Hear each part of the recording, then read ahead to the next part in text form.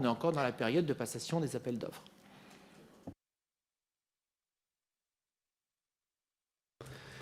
Et sur, on va dire, les modalités de gestion en tant que telles de la CADES, vraiment là on se concentre sur elle, est-ce que la CADES a fait l'objet,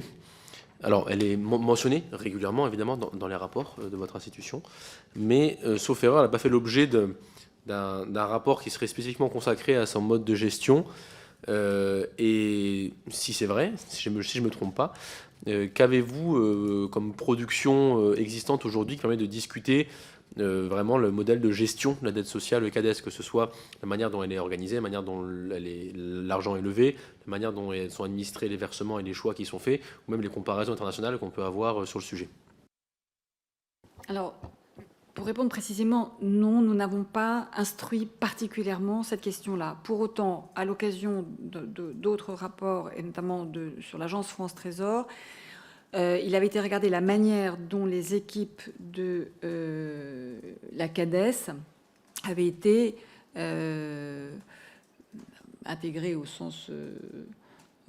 donc il y avait un rapprochement fonctionnel efficace et plutôt bien fait entre les équipes chargées de gérer la dette CADES et les équipes qui gèrent la dette à l'agence France Trésor. Au demeurant, l'équipe CADES est une petite équipe puisqu'il y a 8 personnes qui s'occupent de la gestion de la dette, mais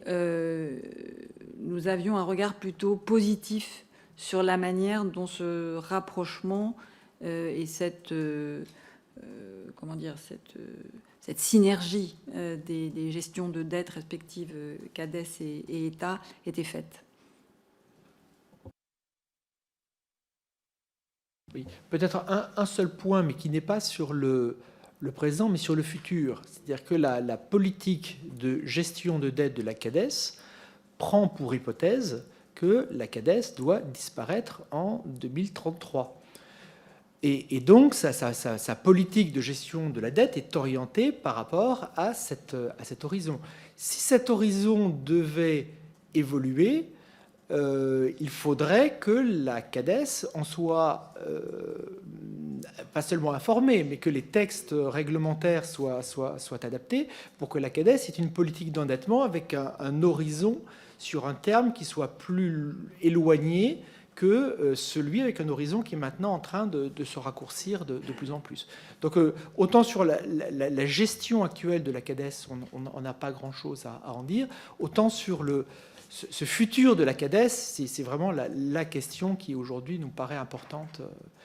en termes de définition, de contenu, de qu'est-ce que le pouvoir politique veut en faire.